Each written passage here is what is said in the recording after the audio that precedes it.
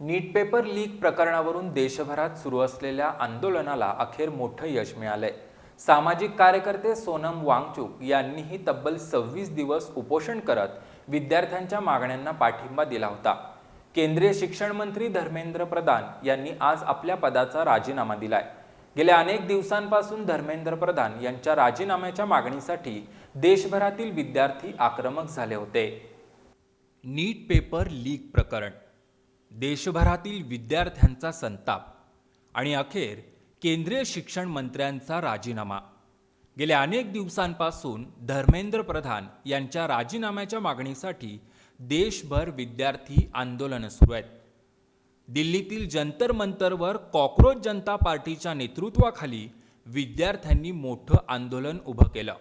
या आंदोलनाला देशभरातून पाठिंबा मिळत असतानाच सामाजिक कार्यकर्ते सोनम वांगचुक यांनी तब्बल 26 दिवस उपोषण केलं। नीट परीक्षेतील पेपर लीक आणि परीक्षा व्यवस्थेतील कथित अनियमिततेवरून विद्यार्थ्यांमध्ये मोठा असंतोष निर्माण झाला होता।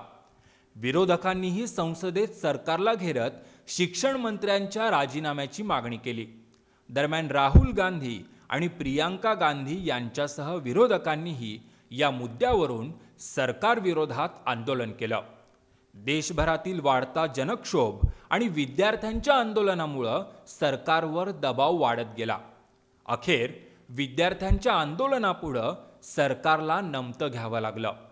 केंद्रीय शिक्षण मंत्री धर्मेंद्र प्रधान यांनी आपल्या पदाचा राजीनामा दिलाय।